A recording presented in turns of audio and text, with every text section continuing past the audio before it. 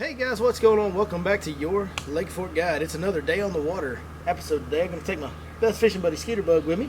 We're going to go get after some Lake Holbrook bass, another small East Texas lake we don't go to very often. Today we're going to get out there in the post pond. Going to try to do some offshore bass fishing. Hopefully I'm going to show you guys a lot about what I'm looking at on my electronics, how I'm finding them on my electronics, and really go in depth. We got a lot calmer winds than we had last week, so I should be able to show you guys what I'm looking at as I'm idling around finding these offshore fish. That's the plan now. It's fishing, so we may end up on a grass line somewhere or throwing a fry. Who knows? May end up dock fishing on Lake Holbrook. It's got a lot of docks. But the goal today is to go out for some East Texas bass fishing in the post pond, go look at some offshore structure, and show you guys every step of the way how we do it, what we're thinking, and why we're making the decisions we're making. Try to help you guys catch more and bigger fish on your trips that you have coming up. Skeeter, where'd you go? Apparently she's tired of waiting. We better get to the lake. Y'all come on with us. Alrighty guys, we've made it out here to lovely Lake Holbrook, and the first spot I'm going to check, there's a point that runs out. There's some old, bunch of like old lay down trees. I think some guys have also dropped some brush on it over the years. Right now, first thing off the bat that I'm noticing is if you look, like a lot of the life source, a lot of the bait and the marks that we're marking here, these East Texas lakes are full of life. Everything's 10 foot and shallower. That's not great for this first spot that I'm stopping on because it's deep. Like the structure I'm trying to look at is deeper than 10 foot. So we may have to adjust and look a little bit shallower today. That's an awful lot of life from 10 foot up. Not real sure why that's going on. It's a hot, flat, calm day. That may be making some of the bait fish rise. That may cause some schooling activity at some point today. But we do know some structure out here in 10 foot of water we may have to look at. Right now you can kind of see here's some of those old lay down trees right there. Hopefully that's showing up on this camera for you pretty good. But I'm just going to kind of zigzag through. I'm going to kind of wind my way back and forth through here, and I'm going to look for bass is what I'm looking for. I'm looking on side imaging. I'm seeing all this brush, all this lay down trees. Looks like there might be a few specks in there. It's kind of hard to make out in all of that cover. But we will loop back over that here in a minute and check. See, there's one suspended over some brush right there. Y'all can see that's a little bitty fish. If you look on down image and see how faint the dot is, that's a real small fish. There's a better one right there. Okay, so here's a good bass. We'll go ahead. So there's a good bass right there, and every time I see one of those, I'm gonna mark a fish icon waypoint every time I see a for sure sign of a good sized bass. And especially if I see a group, I'll mark multiple fish waypoints. You know, a lot of people when they get in my boat, they ask me, well, what's all these marks up here? It's irrelevant. It doesn't matter. They're small, they're insignificant. They just are, it's life, but it's not what I'm looking for.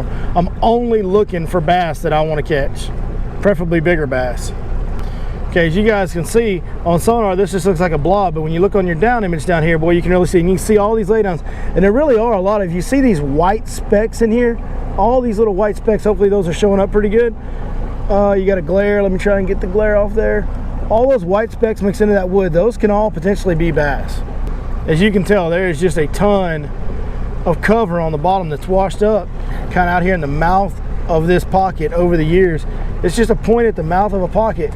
And for whatever reason, it's gathered all this timber down here. I don't know if people have drugged this out here and dropped it in here. It just naturally kind of, as the timber in the lake fell in, it just gathered down there in the low spot at the mouth of this creek next to this point. I don't know. But whatever it is, there's a whole lot of cover in the water. Not really seeing a whole lot going on here. Marked a couple. Well, there's another one right there. There's a good shot of a good sonar image and down skin image of a fish right there. Hopefully y'all can see that. Get that glare off there.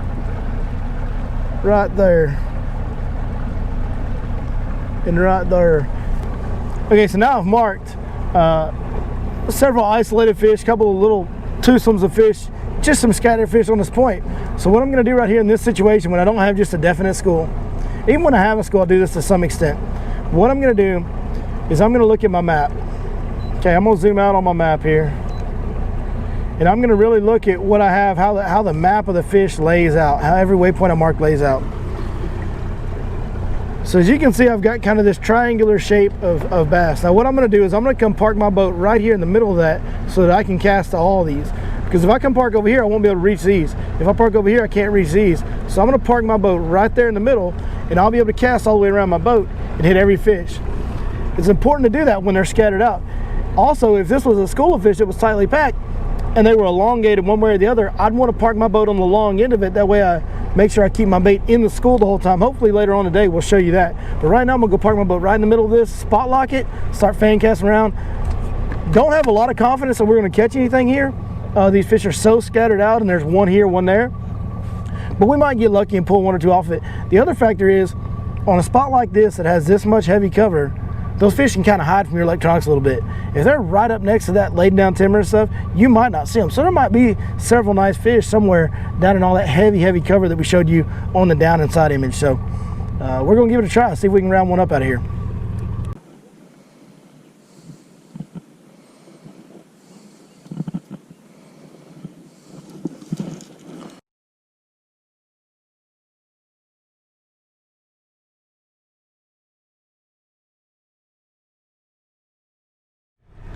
As I suspected might happen, we didn't get any bites off that. I was worried about that. Those fish are super scattered. I just saw one here, one there. So we're gonna move on, see if we can't find a little better grouping of fish. But we'll keep showing you how we find them as we go along. Okay, so as you guys see here, I've got green fish icons. Green fish icons, okay, are just a pod of bass, sometimes a single bass. These two pink fish icons I used to mark the best group out of everything I marked around here. Those were the two best groupings of fish that I saw. Now, these rock icons mark brush pile, standing timber, pieces of structure. This one over here is actually tires. There's some tires down on this point. But as you see, I have kind of a line of fish here, and then I have that good group of fish here. Now I'm zoomed way in so I can actually cast to all this, but I put my boat right here so that I can cast to this group of fish, but I can also cast to this group of fish as well. The two most important things offshore fishing: one, understanding what you're seeing on your electronics, being able to interpret what you see on your electronics. That's number one. But number two, head and shoulders above everything else, is boat positioning. Boat positioning is so important to be able to know you're making that cast right into that school, understand where those fish are marked on your electronics, where your boat is positioned in relation to them. And as you can see here, we've got a two-way go. We can cast down one row of fish with some groups. We can cast down another row of fish with some good groups. So we're gonna see if we can't put some in the boat.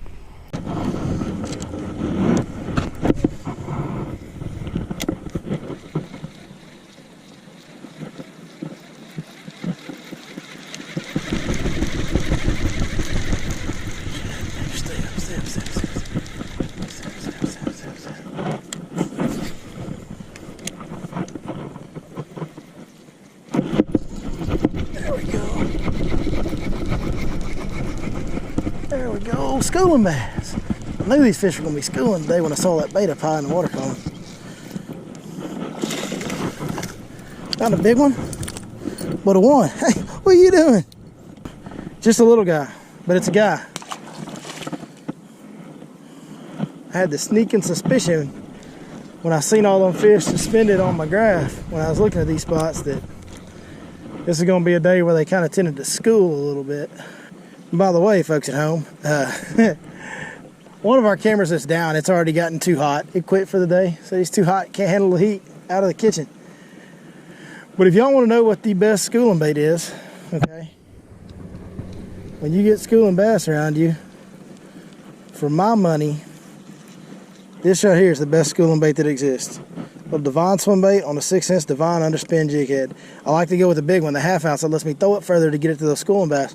And you can reel it really fast to them. Like, you don't have to, you know, the 1/2 ounce you think, well, that'll get too deep for schooling bass. But it doesn't, because you can reel it real fast because they're schooling bass and they'll chase it down and eat it. So if this is too big, this isn't. Either way, they just bite it. I mean, every time I get around schooling bass, if they're on the top, if they're near the surface, when I throw this bait in there, he gets bit immediately, just like you saw right there.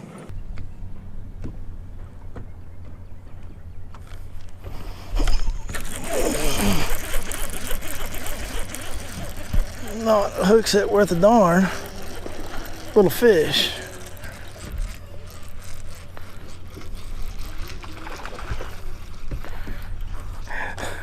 Never get a good hook set on them little ones.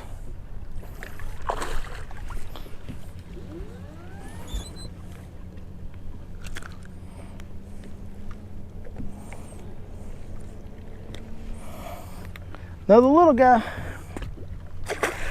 All right. Found us another school, mostly suspending fish. I tried throwing that swim bait out there a couple times. They're not schooling just yet, but I haven't seen them school. I see a single splash here there, but no schooling like we saw over yonder.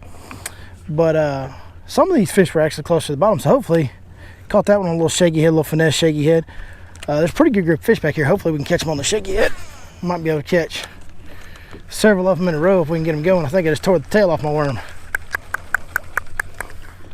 Yep, he monkeyed up my cricket there.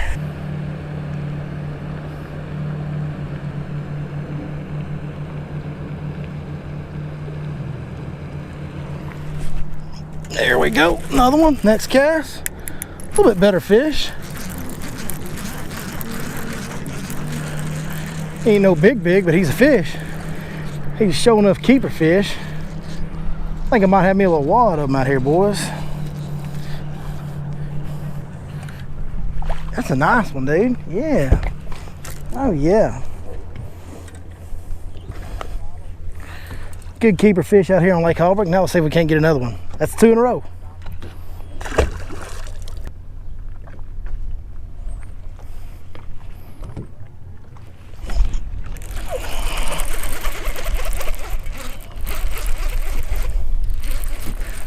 Right, 3 in a row.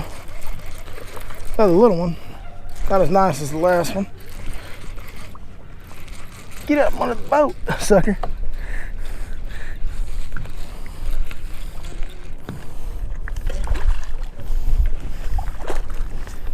All right, we got a dad and a son coming out here to join us. I waved them over here. They were over here fishing the bank, so I'm gonna get them set up where they can throw into this school too. He's got a little kid with him.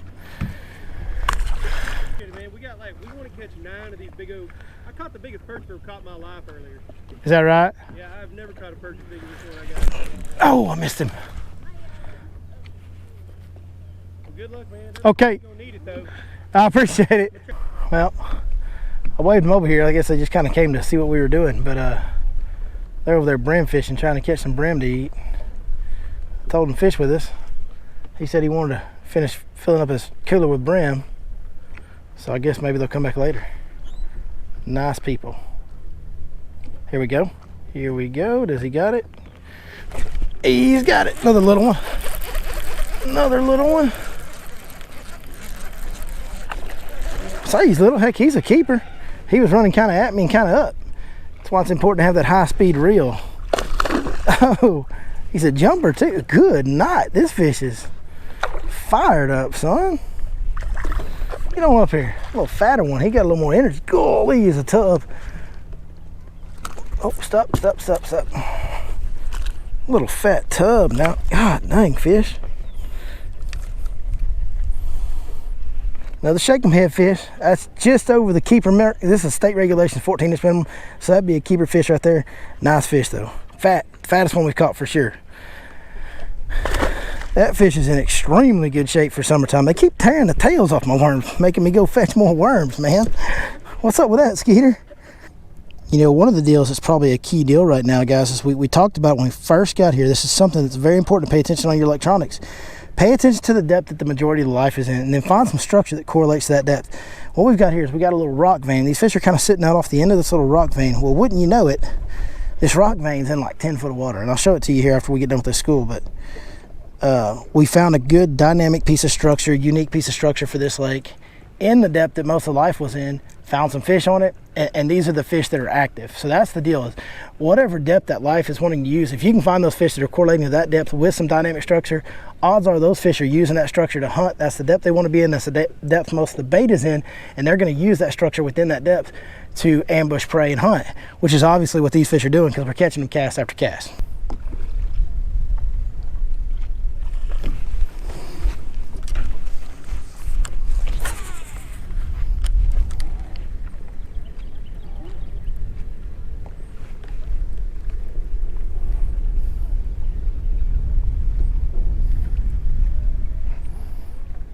So I'm keeping that little swim bait ready in case these schoolers pop up. They just did, but they look like one single fish. Sounded like a bigger fish. I wish I could catch it, but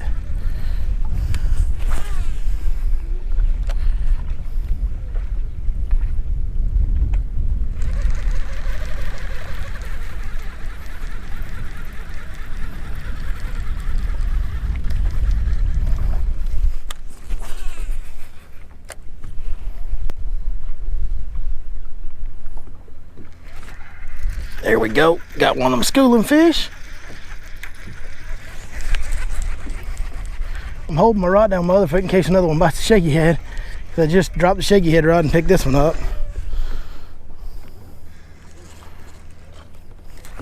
Better fish. Nice one. There we go. Get another keeper fish right there. Oh, schooling bass. Oh, good night. Oh, schooling bass right there. Keeper fish. Which, hey, when you ain't been on the lake and you're coming out here, like we didn't get here till 11 o'clock, 11:30 when we started fishing.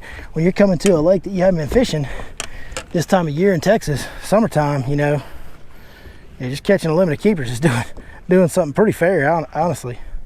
Well, it's hard to be patient enough to drag that shaky head around when you got schooling bass popping up around you. I've caught most of the fish on that shaky head, but I'll tell you what I'm gonna do is I'm just gonna start fishing that same piece of structure with this underspin jig head. As long as I keep it from getting hung up in those rocks on the initial fall, it should be good, because there's not much other than that rock vein out there. So that top hook shouldn't hinder me as far as getting hung up.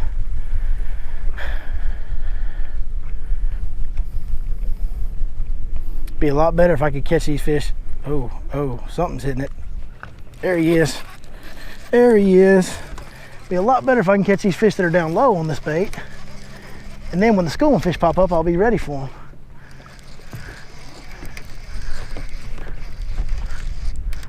Oh, this fish is running. I don't know if I got a bigger fish here. I don't know what's happening here. I don't want to make him jump. He's back behind the boat.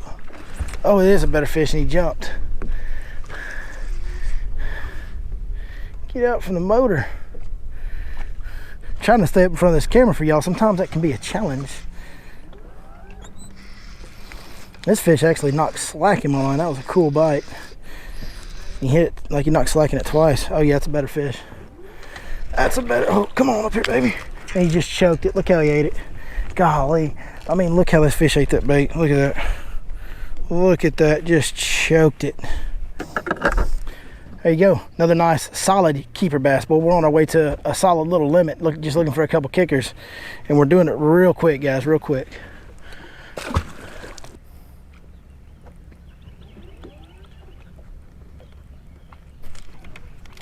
There we go, another good bite on the old swim bait hit. Well, I'm losing my grip on my rod here. Hope I don't lose this fish because of that. Now it's running at me. Not a real big one. Might be another keeper, maybe. There we go. That's a maybe keeper. And we're gonna call that not a keeper. That's not a keeper. It probably was right at 14 inches. It just wasn't even 2 pounds, so we ain't gonna call it a keeper. But it's another one on the old Divine underspin head. Hit it good.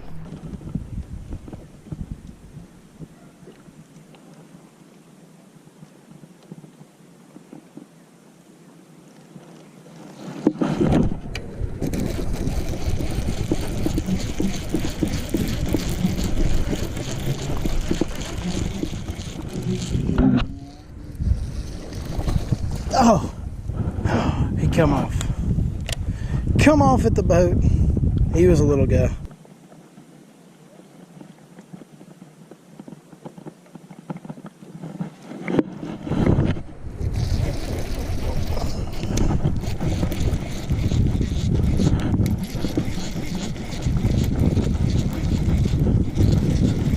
Oh yeah, got another keeper size bass, it looks like, folks at home. Oh yeah.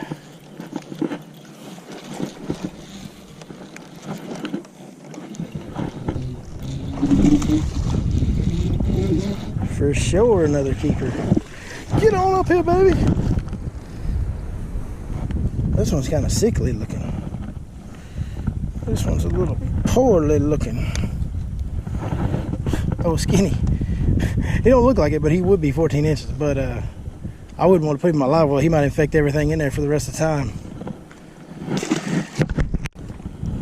All right, guys, so what I'm gonna do now, I'm actually gonna take this shiggy head, which caught most of the fish off the spot. This is the 3/4 ounce 6-inch Divine shiggy head with the 6.3 Divine shiggy head worm in watermelon blue. I'm actually gonna cut this off and give this to this dad and son over here and give them a couple worms to go with it. To be honest with you, we've caught plenty of fish off this spot. I would much rather them catch them than me, so we're gonna do that right now. Caught them all yet? No, he looks sad. He looks sad. Well, here, man, I'm gonna give you some baits. Yeah, of course. This is the shit. This is the. I mean, this. I just cut it off my line. This is the one I've been catching most of them on. Yep, this is the shiggy. This is the YouTube commercials or something. I've been seeing them. Yeah, and here's some worms in case you tear your worms up. but that's the exact rig I've been catching most of those fish off of right there. It's too nice. What is your name? Billy Lawson? Billy Lawson? Yes, sir. What's your name? Clinton Silver. Clinton Seal, back up, Skeeter. Nice to meet you, brother. Yeah, I'd rather see that boy catch him than me, so I'm actually slide over a little bit, like kind of close to where I was, and keep throwing back, and I'm gonna let y'all have it. I'm gonna get out of here. Yeah, man, anytime, brother. If you see me out on the water, holler at me. Dude, what you got? So I went to pull out of here. I was gonna let them fish it because I wanted this young man right here to catch a fish. And before I could even idle out of here, look at my man. Look at my man putting in the work, son. Nailed him, didn't you? Dude, that's awesome, brother. You wanna let him go? No, you want to keep him? Put him in this one. No, we're not keeping him. Hey, you know what the cool thing is? If you let him go, you get to catch him again tomorrow, and then the next day, and the next day, and the next day. What's your name, buddy? Liam. Liam. Bass Pro Tour. Y'all better watch out. In about 15 years, he's coming for you. Let him go, buddy. You ready? That's awesome, dude. Good job. He let himself go. He gone. Nailed it. It's great to meet y'all, man. You too. Y'all have a great day. Thanks a lot, man. You too. Yes, sir. And that, folks, is what it's really about. Doesn't matter how big the fish you catch. Doesn't matter how many you catch. Even when you struggle, doesn't matter. That's what it's about. All right, guys, so we're going to leave this spot. I know I told you I would show you what was going on in the graph. I really wanted to show you that rock vein and the end of that rock vein where those fish were stacked up that we were fishing, that you saw us catch all those fish off of. But young Liam and his dad pulled in there, and I waved them in. They didn't come in on me. They were just kind of sitting off a distance, watching, and I waved them on in, so they didn't do anything wrong by any means. But I really wanted him to catch. I was so glad I got to see him catch one. But we're not going to idle back over that spot. We're going to let them have it. All right, guys, that's going to do it from Lake Holbrook today. Didn't spend too much time out here. Didn't get here till 11:30. Kind of quit fishing around 2:30 or so. I really wanted those guys to have that spot, man. You saw young Mr. Liam catch him a nice one over there. They stayed there after we left. Hopefully he caught a few more. But we're going to go ahead and wrap it up for the day. Got a couple instructionals knocked out. You guys saw one last week. You're going to have another one coming Wednesday.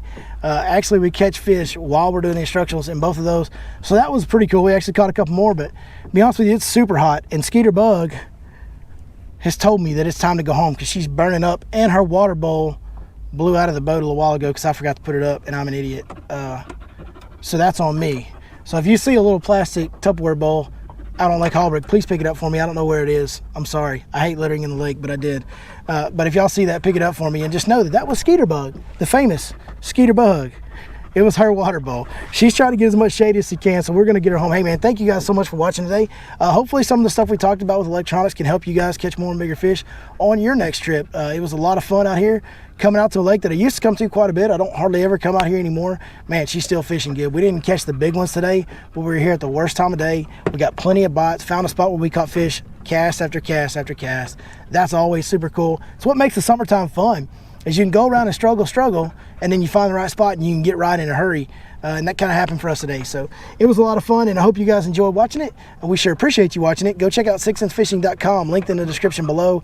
Both that Divine underspin head and that shaky head that we caught every fish on, the Divine swim bait, the Divine shaky head worm that we caught every fish on, all that's available at 6incefishing.com. Go order it up. When you do, punch in that code, your Lake Fork Guide. Get a 10% discount on all orders. Other than that, once again, thank y'all for watching. We'll see you next time right here on your Lake Fork Guide.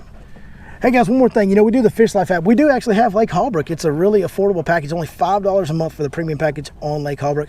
We put 5 waypoints a month on here, always updating, always current, always accurate information. In fact, that spot you saw us catch all them fish off of is on the package right now. So if you want to learn how to fish Lake Holbrook, want to learn some good offshore structure spots, no better time than now to go subscribe to the Lake Holbrook Fish Life app premium package.